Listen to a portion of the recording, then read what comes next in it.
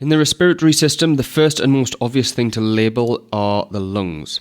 And next, at the very top, is the larynx, which is also nicknamed the voice box because it's what's involved in producing your voice.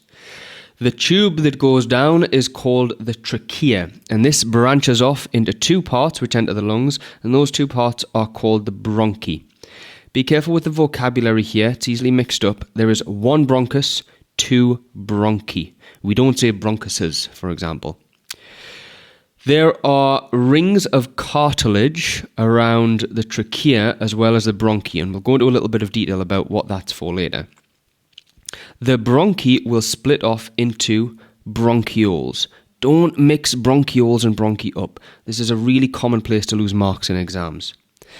We've got the diaphragm at the bottom, which is this sheet of muscle which is involved in breathing. And surrounding the lungs, we've got the rib cage.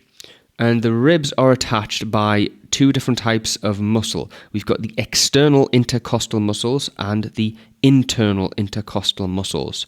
Just to clarify exactly where they are. If we've got the ribs here, the ones on the inside are the internal intercostal muscles, and the ones on the outside are the external intercostal muscles. That is quite a mouthful, and it is quite easy to mix them up, so be really careful. The last thing to recognise is that there are alveoli at the end of the bronchioles. Now, they're not specifically shown here, but you should know that that's where they're located. If we have a little look at what this might look through a microscope, you can see here that there's these little spaces, and they are the alveoli, and there is one alveolus that's labelled there.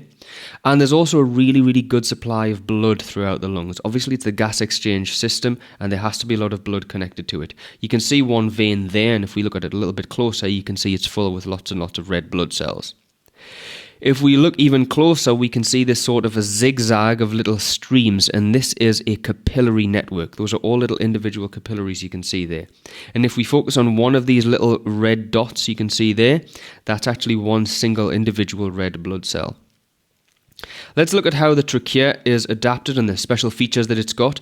One thing is cartilage. Now, this is a kind of tough material that surrounds it and prevents the tube from being squashed.